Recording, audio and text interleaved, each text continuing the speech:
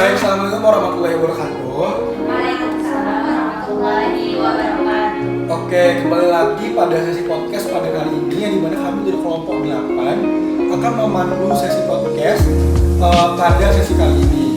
Nah, saya sendiri Farhan Ahmad lagi dengan 24,521 sebagai pemandu atau moderator dalam podcast sesi kita kali ini semua. Nah, dalam hal ini saya juga telah mengundang teman-teman saya, ini teman-teman hebat dari kelompok 8 dengan respon pertama itu. Perkenalkan, nama saya Abu Barifka Yami dengan NIM 4,520. Teman-teman bisa memanggil saya Rika. Halo Mbak Rika. Oke, teman nomor 2. Perkenalkan, saya Jomani dengan NIM 4,520. Teman-teman bisa memanggil saya Rika. Halo Rika. Mungkin terakhir narasumber 3 kita. Perkenalkan, nama saya Nazwa Fathmaira dengan NIM 4,520. Halo Naswa. Nah, jadi teman-teman semua, dalam sesi kali ini kami mendapatkan materi terkait pilkada langsung dan pilkada tidak langsung. Nah, nanti akan kami bahas sedikit tentang pengertian dan perbedaannya, kelemahan dan kekurangannya, serta menurut dari narasumber itu lebih baik yang mana gitu kan, dari pilkada langsung dan pilkada tidak langsung. Karena dua pilkada ini pernah ya teman-teman semua dilakukan di Indonesia sendiri. Apalagi zaman sekarang kita itu menggunakan pilkada langsung ya. Narasumber udah pernah belum di pilkada? Kebetulan Udah ada. di tahun 2024 ya. Iya. Jadi narasumber kita itu sudah pernah teman-teman semua mengikuti pilkada. Jadi secara garis besar tahulah bagaimana pilkada langsung itu terjadi. Nah, mungkin sebelum kita bahas lebih jauh, kita bahas dulu mungkin ya teman-teman semua. Menurut teman-teman pilkada langsung dan pilkada tidak langsung itu pengertiannya seperti apa ya? Mungkin boleh dimulai dulu mungkin dari Liga. Saya pilkada langsung ini yaitu pilkada atau yang dipilih secara langsung oleh rakyat untuk memilih kepala daerahnya seperti gubernur dan bupati. Itu dengan cara pemungutan suara seperti di KPU. Sedangkan kalau pilkada tidak langsung ini yaitu pemilihan kepala daerah yang dipilih oleh DPRD sebagai perwakilan rakyat sendiri. Oke, jadi menurut Iga itu pilkada langsung itu dipilih melalui TPS namanya kayak, dan rakyat memilih gitu ya, baik itu gubernur, wali kota, bahkan bupati. Karena kalau misalnya pilkada tidak langsung itu dipilih oleh DPRD pada saat itu. Mungkin selanjutnya itu dari narasumber berikutnya Miftahul. Nah, kalau menurut saya, mungkin strategi itu sama ya pengertiannya secara umum gitu. Nah, pemilihan kepala daerah secara langsung itu adalah di mana sistem pemilihan calon gubernur, calon bupati, wali kota itu dipilih secara langsung oleh rakyat. Seperti pemilihan TPS. Nah, jadi pemilihan secara langsung ini rakyat itu memiliki penuh gitu. Hak penuh ya. Atas pemimpin mereka, sedangkan yang tidak langsung itu yang mana ketika mereka memilih kepala daerah mereka diwakili oleh anggota DPRD gitu. Oke, jadi menurut Rifka ini tuh hampir sama seperti yang disampaikan oleh Iga tadi. Tapi di garis bawah bahwasanya pilkada langsung itu hak penuh itu oleh rakyat. Ibaratnya rakyat itu yang menentukan siapa yang akan memimpin mereka hingga 5 tahun ke depan ya kalau misalnya dalam Iya. pilkada langsung dan sebagainya. Tapi menurut Naswa gimana Naswa? Mungkin kalau menurut saya bersama dengan narasumber pertama dan kedua, tetapi di mana pemilihan secara langsung itu dilakukan pemilihan gubernur, bupati dan wali kota yang dilakukan secara langsung oleh rakyat dengan cara rakyat datang ke TPS untuk memilih suara dan memilih wali kota yang diinginkan. Sedangkan pemilihan tidak langsung itu hanya diwakilkan oleh wakil rakyat yang dimana diwakilkan oleh DPRD. Contoh perbedaan lainnya yang dimana mungkin untuk pemilihan secara langsung itu lebih banyak mengumpul biaya, sedangkan pemilihan tidak langsung lebih minim biaya atau sedikit biaya. Oke, jadi disampaikan sama Naswa bahwasannya kalau misalnya pilkada langsung itu banyak ya keluar dananya ya. Berarti kurang lebih berkemungkinan bisa korupsi ya orang-orang Iya. sana. Tapi kalau misalnya pilkada tidak langsung itu dipilih oleh DPRD atau minim penggunaan dananya. Tapi itu ibaratnya kan baru salah satu ya kekurangan sama kelebihan ini. Untuk pilkada langsung dan tidak langsung itu pengertian itu seperti itu teman-teman. Nah, kita penasaran nggak sih kapan sih tahun dimulainya pilkada langsung dan langsung itu sendiri. Nah, mungkin kita bahas dulu untuk pilkada langsung mungkin ya. Mungkin Rifka mau jawab pilkada langsung itu sejarahnya itu mulai dari kapan, dan karena kita bahas tentang pilkada provinsi, mungkin di Sumatera Barat ya kita ambil sampelnya. Di Sumatera Barat itu gubernur pertama yang dipilih menggunakan pilkada langsung itu siapa dan kapan itu, Rifka? Nah, pada secara langsung ini ya. Langsung, ya. Nah, sejarahnya itu setelah reformasi. Setelah reformasi. Nah, tahunnya itu pada tahun 2005 sesuai dengan Undang-Undang Nomor 32 Tahun 2004. Jadi setelah reformasi itu pilkada setelah langsung itu telah diterapkan. Nah, contohnya itu kan tadi kan Sumatera Barat. Sumatera Barat. Nah, contohnya itu sudah ada pemilihan gubernur yang pertama ya, yaitu Gunawan Fauzi. Bapak Gunawan Fauzi. Oke. Jadi ibaratnya seperti yang disampaikan sama Rifka tadi, undang-undang berapa sih Rifka yang mengatur tentang pemilihan kepala daerah itu melalui langsung di Sumatera Barat di nasional berarti ya? Ya, Undang-Undang Nomor 32 Tahun 2004. Oke, Undang-Undang Nomor 32 Tahun 2004 itu menyatakan bahwasanya pilkada secara langsung itu mulai diterapkan di Indonesia. Nah, untuk example-nya itu sendiri di Sumatera Barat itu tadi ada tokoh gubernur pada masa itu Bapak Gunawan Fauzi. Nah, Bapak Gunawan Fauzi itu merupakan gubernur pertama yang dipilih secara langsung. Beliau merupakan putra asli Solo. Oke, kita jelaskan tadi bahwasanya tidak langsung ini itu dimulai dari 2005 ya tadi, melalui Undang-Undang Nomor 13 Tahun 32 Tahun 2004. Nah, mungkin sedikit terkait sejarah tidak langsung nih, mungkin bisa kita dengar dari Nasyo terlebih dahulu. Kalau misalnya pemilihan pilkada tidak langsung itu dilakukan sebelum tahun 2005, yang dimana pemilihan kepala daerah dipilih oleh DPRD langsung. Pilkada tidak langsung itu hanya sampai 2004, kalau berganti nama setelah 2005 menjadi pilkada langsung. Oke, mungkin selain berganti nama, ibaratnya berganti kebijakan ya, bahwasanya sebelumnya sebelum tahun 2005, ibaratnya mungkin berarti itu sebelum Megawati lah ibaratnya. Sebelum Megawati berarti Presiden B.J. Habibie, Gus Dur, Soeharto dan Soekarno itu dipilih oleh DPRD teman-teman, karena tidak ada tanggal pasti kapan bahwasanya pilkada atau pemilihan ini tuh dimulai secara langsung dan dimulai dari penetapan. Tapi bahwasanya dapat diartikan sebelum tahun 2005 itu dipilih secara langsung. Sedangkan karena Undang-Undang Nomor 32 Tahun 2004, makanya pemilu itu diubah menjadi pilkada pemilihan kepala daerah serentak ya pada tahun 2004 pertama pada pemilihan Presiden Megawati ya pada saat itu. Dan kalau misalnya untuk gubernur itu pemilihan Bapak Gunawan Fauzi. Mungkin itu sejarah dari pilkada langsung dan tidak langsung teman-teman. Mungkin selanjutnya kita bahas nih terkait mungkin teman-teman penasaran apa sih kelebihan dan kekurangan dari pilkada langsung dan pilkada secara langsung. Karena tadi kita telah membahas tentang sejarah pilkada secara langsung, mungkin kita tanya ke Ida mungkin ya. Menurut Ida pribadi nih, apa sih sebenarnya kelebihan serta kekurangan dari pilkada tidak langsung itu tersendiri? Pilkada tidak langsung ya teman-teman semua. Kekurangan pilkada tidak langsung ini kan rakyat tidak memilih secara langsung, jadi kayak tidak meningkatkan demokrasi sama kedaulatan rakyat, serta juga kayak kurangnya transparan. Jadi rakyat tidak tahu gitu kayak mana prosesnya. Dan juga ada kelebihannya ini tidak makan biaya, bahkan juga menghemat waktu karena DPRD secara praktik memilih secara langsung kan. Oke, jadi gitu teman-teman. Kalau menurut Iga nih, kenapa tidak langsung itu tuh ada bukan kenapa, tapi ternyata punya kelebihan dan kekurangan. Salah satu kelebihannya itu hemat biaya. Selain hemat biaya, juga apa tadi praktiknya apa itu? Juga kayak hemat biaya sama juga kayak hemat waktu. Oh, hemat waktu selama mempraktik. Karena kalau misalnya DPR kan dia udah paham ya itu seperti apa.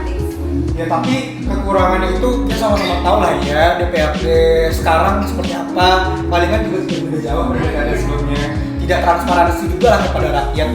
Karena sekarang aja masih ada kekurangannya, apalagi pada pemilu pilkada pemilihan sebelumnya secara tidak langsung, karena rakyat itu nggak tahu apa yang terjadi di meja rapat atau DPRD. Oke, itu tuh kelebihan sedikit sama kekurangan dari pilkada pemilihan tidak langsung.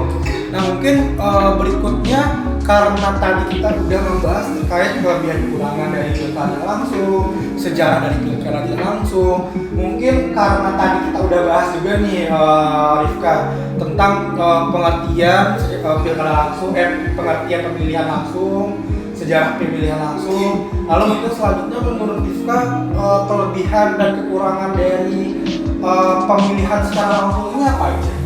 Nah, kita bahas dulu kelebihan dari pemilihan secara langsung ini. Nah, di mana rakyat itu bisa memilih secara langsung pemimpinnya. Jadi rakyat itu memiliki hak penuh untuk menentukan pemimpin daerah mereka. Kelebihannya baru gitu ya. Ya, mereka itu memiliki hak penuh bebas seperti itu. Lalu tentunya kelebihannya partisipasi masyarakat itu meningkat karena apa? Karena masyarakat itu ikut ke dalam partisipasi politik. Ya, karena mereka memilih kan ke TPS. Iya. Mereka ikut secara langsung, ikut terlibat secara langsung. Lalu tentunya kelebihan dari secara langsung ini, Kekurangan mungkin tadi kami udah. ya, kekurangannya itu mungkin di biaya ya, membutuhkan biaya yang sangat banyak gitu. Karena apa ya, nanti kita menentukan tempatnya, TPS-nya ya. Lalu kekurangan itu lebih rawan terjadinya konflik ya. Konflik ya. Ya, karena apa? Karena itu kan karena setiap calon itu ada pendukung-pendukungnya. Iya benar. Bisa terjadi money politik, serangan pajak dan Serangan sebagainya. pajak. Oke, seperti itulah kalau misalnya terkait kekurangan mungkin terkait pilkada langsung pemilihan langsung ini kan kita tahu lah ya, sebagai orang yang pernah memilih. Seperti yang disampaikan sama Rifka tadi, tentu kelebihannya kita sebagai rakyat itu bisa memilih dan memiliki partisipasi politik yang berdampak lah ya untuk masa yang akan datang. Karena rugi kalau misalnya 5 tahun ke depan ini kita nggak ikut milih, karena 5 tahun sekali loh kita milih, kita nggak tahu apa yang akan dilakukan oleh seorang pemimpin kalau misalnya kita nggak percaya sama orangnya gitu ya Rifka. Tapi kekurangan-kekurangan dari pilkada langsung itu seperti yang disampaikan sama Rifka tadi, kayak rawan adanya itu konflik, ada konflik antar agama, konflik antar suku, konflik antar adat, karena setiap provinsi lah contohnya itu memiliki standar masing-masing untuk pemimpinnya. Apalagi Sumatera Barat. Sumatera Barat ini kan ibaratnya itu provinsi yang muslimnya itu terbanyak. Iya. Nah biasanya kalau misalnya di Sumatera Barat, seperti yang aku ketahui ini sebagai moderator pada pembahasan podcast kali ini tuh, aku pikir Sumatera Barat itu tuh lebih ke memilih pemimpin yang secara akhlak dan agama itu Iya. baik. Nah itulah standarisasi dari provinsi Sumatera Barat. Tapi beda kalau misalnya di Pulau Papua ataupun di Pulau Kalimantan itu biasanya Iya. beda. Nah tadi kalau misalnya karena kita aja per provinsi beda secara suku, otomatis secara pemilihan kita juga beda seperti Iya. itu. Nah rawan terjadi konflik serangan fajar. Iya. Serangan fajar itu sering sih terjadi. Kalian pernah dapat serangan fajar nggak? Enggak, ada tapi tawaran tapi tidak mau. Oh tidak mau, sangat apa ya? Sangat integritas tinggi gitu. Kalau aku di tahun 2024 kemarin itu orang bukan pakai uang lagi sekarang, tapi pakai bibit pohon gitu kan. Ini kan dibagi-bagi pohon di masyarakat. Nanti di potnya itu ada tulisan jangan lupa pilih 02 seperti itu. Jadi sekarang itu orang itu makin bijak lah dalam penggunaan uang, dan kekurangannya juga sering terjadi korupsi di pemilihan langsung ini karena penggunaan dana yang banyak dan banyaknya daerah yang ada di Indonesia ini biasanya anggarannya itu cukup besar. Selain anggaran cukup besar, sering terjadinya korupsi, baik itu dari calon anggota DPRD-nya atau bahkan oleh penyelenggara pemilunya. Tidak cukup kecil kemungkinannya bahwasanya orang KPU atau orang Bawaslu itu bisa berkorupsi teman-teman semua. Bahkan kalau teman-teman nanti bekerja di KPU, teman-teman akan korupsi atau tidak? Tidak lah ya. Nah sebagai masyarakat yang baik, apalagi kami dari jurusan PPKN, kami akan meningkatkan integritas yang lebih baik di depannya. Jadi seperti itulah teman-teman kekurangan dan kelebihan. Oke, jadi sekarang kita masuk ke segmen kedua, yang dimana di segmen kedua ini kita akan bahas ya teman-teman teman-teman terkait beberapa pertanyaan yang telah kami tampung nih. Nah, baik itu pertanyaan terkait pilkada langsung atau bahkan terkait pilkada langsung. Mungkin untuk pertanyaan pertama, mungkin nanti terserah teman-teman saja siapa yang mau menjawab. Mungkin untuk pertanyaan pertama sekarang nih ya. Nah, jadi kan kita sama-sama tahu teman-teman, sekarang ini tuh kita berada pada pilkada langsung. Nah, mungkin kita bedah dulu lah terkait pilkada langsung terlebih dahulu. Nah, salah satu keuntungan utama yang sering digaungkan oleh legitimasi kuat dari rakyat, bahwasanya pilkada langsung itu merupakan legitimasi langsung nih oleh rakyat, terkuat itu oleh rakyat. Apakah menurut kalian nih, menurut teman-teman, pemimpin yang dipilih langsung benar-benar oleh rakyat itu apakah bertanggung jawab kepada rakyat dibandingkan dipilih oleh DPRD? Siapa yang mau jawab? Nah, mungkin aku ya. Rifka, oke, mungkin Rifka nih akan menjawab pertanyaannya. Nah, menurut aku nih ya, terkait pemimpin yang dipilih secara langsung itu, apakah memiliki tanggung jawab ya? Nah, menurut aku, pemimpin yang dipilih secara langsung itu cenderung lebih memiliki tanggung jawab yang lebih besar. Karena apa? Karena mereka itu mendapatkan jabatan itu dari suara rakyat.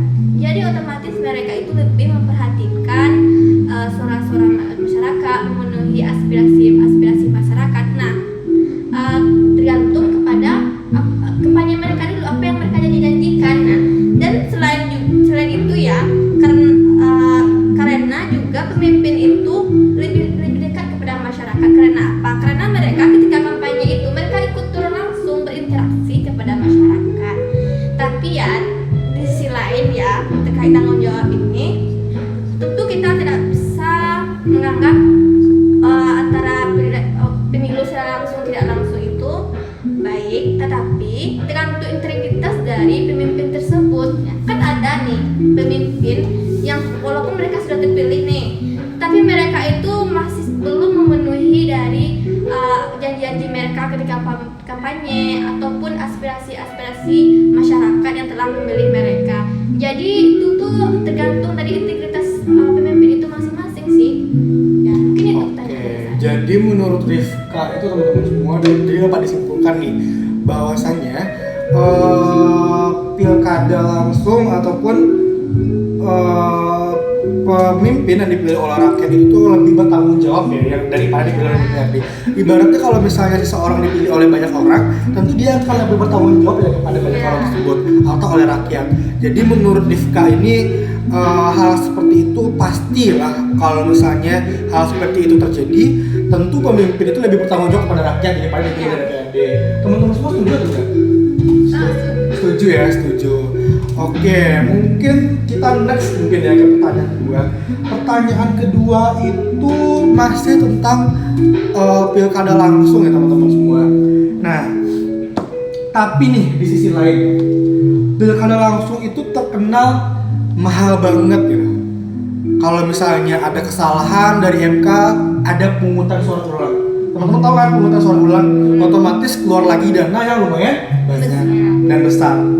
Nah, baik buat negara itu biasanya menggunakan anggaran APBD maupun buat calonnya itu. Biasanya calon itu menggunakan biaya politik yang lumayan besar. Apakah biaya tinggi ini sebanding dengan kualitas pemimpin yang dihasilkan atau malah memicu korupsi baru? Siapa yang mau jawab terkait hal ini, terkait korupsi dan penggunaan dana yang banyak memakai APBD? Iga ingin Oke, Iga menjawab. Oke, sekarang Iga. Pilkada ini memang membutuhkan biaya baik itu dari negara maupun dari calonnya sendiri. Tetapi juga memicu politik uang seperti korupsi juga kan. Tapi tentang kualitasnya kadang tidak sebanding. Tetapi tentang kualitas ini biasanya kembali ke calonnya lagi. Apakah dia berkualitas dan pantas untuk mencalon? Oke, jadi ibaratnya sebuah pemimpin itu tuh tentu akan menggunakan anggaran besar ya. Tapi mungkin pertanyaannya itu menurut Iga, kalau misalnya pemimpin tersebut menggunakan anggaran pribadi yang besar, akan memicu si pemimpin nggak untuk memakai anggaran negara? ibaratnya diadain balik modal gitu. Ngambil anggaran baru kan otomatis kayak korupsi itu muncul. Menurut Iga akan timbul nggak korupsi dari pemimpin tersebut? Itu sangat memicu korupsi karena juga pasti dia juga dapat kesempatan untuk korupsi karena biayanya yang besar. Jadi kayak aduh modalnya harus balik nih karena udah habis kan mencalonkan dirinya kampanye kemana ke sini gitu kan. Menurut Iga sih emang ada gitu. Waktu dia bisa ada kesempatan untuk dia korupsi karena kan biayanya udah besar kan dikeluarin. Berarti biaya tinggi ini tuh tidak sebanding ya dengan menghasilkan pemimpin yang baik. Tapi di baliknya ini juga tergantung sama kualitas calonnya kan. Gimana dirinya jujur atau enggak kan. Bisa juga kan kayak ingin misalnya biayanya nggak usah harus dibalikin modalnya itu juga nggak apa-apa kan. Tergantung sama calonnya aja. Jadi menurut Iga itu tergantung dari siapa orangnya. Iya. Jadi terserah dia mau menggunakan anggaran yang besar atau tidak. Kalau misalnya dia punya niat yang baik dan tulus kepada masyarakat, tentu akan baik juga pemimpin tersebut, akan berkualitas juga. Mungkin itu nih untuk pertanyaan kedua. Mungkin lanjut ke pertanyaan ketiga, mungkin Naswa ya akan menjawab ya. Jadi kita akan bahas terkait ini.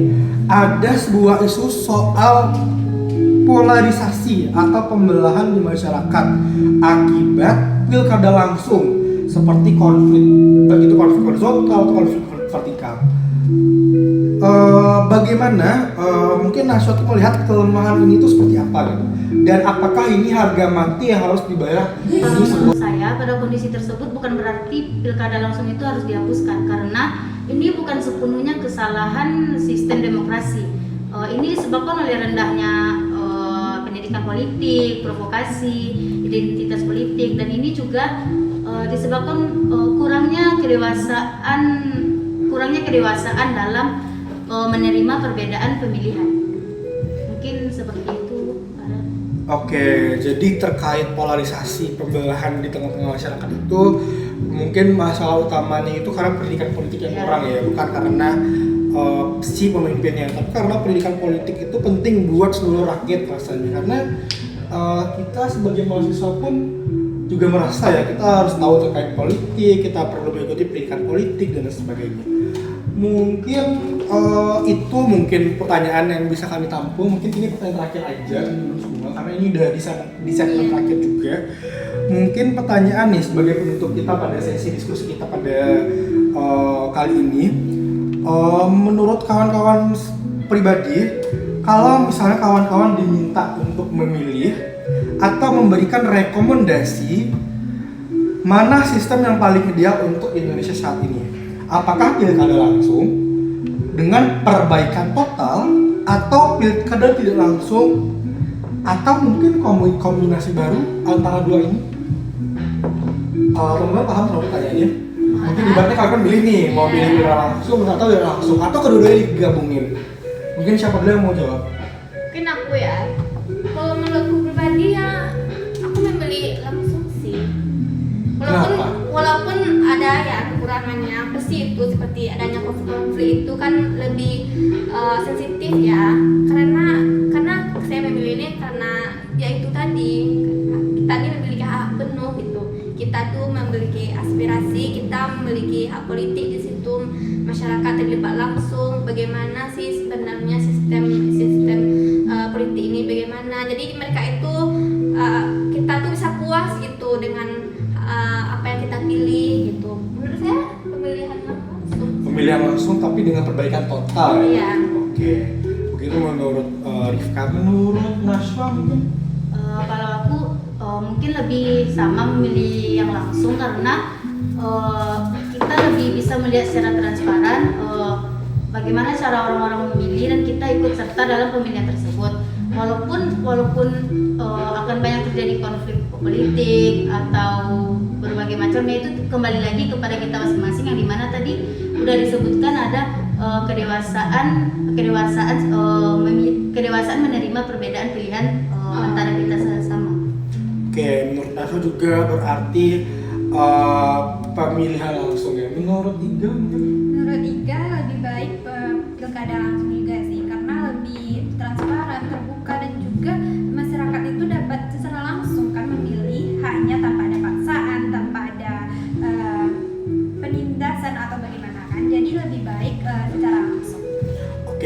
menurut narasumber kita dan teman-teman semua dari banyaknya pembahasan kita pada sesi kali ini, jadi dapat disimpulkan bahwasanya pemilihan langsung itu lebih baik ya daripada pemilihan tidak langsung, karena kita sebagai rakyat pun memiliki hak veto penuh nih untuk memilih seorang pemimpin. Tapi harus digarisbawahi bahwasannya harus dengan perbaikan total, ada evaluasi sebelumnya. Karena tidak bisa kita pungkiri di tahun lalu masih ada kekurangan menurut aku nih sebagai moderator kan. Salah satunya kayak money politik seperti yang disampaikan sama Rifka tadi. Mungkin ada yang mau disampaikan lagi teman-teman sebelum kita tutup sesi kali ini? Nah, terkait pemilihan langsung ataupun tidak langsung itu ya, siapapun pemimpin yang terpilih itu ya, itu tergantung integritasnya dan tanggung jawabnya gitu. Ketika karena mereka mendapat jabatan tersebut, itu adalah tanggung jawab mereka gitu. Oke, ada dari Ibu atau langsung pas ya? Nah, Oke, jadi ibaratnya seperti yang disampaikan sama Rifka tadi lah, kita butuh integritas yang kuat bagi seorang pemimpin di masa yang akan datang. Pada dasarnya kita semua yang ada di sini itu akan menjadi pemimpin ya untuk masa yang akan datang. Apalagi sekarang kita udah di umur 21 tahun. Mungkin itu dulu nih untuk sesi kita pada hari ini. Kami dari kelompok 8 mengucapkan terima kasih banyak dan mohon maaf jikalau ada kesalahan kata. Dadah.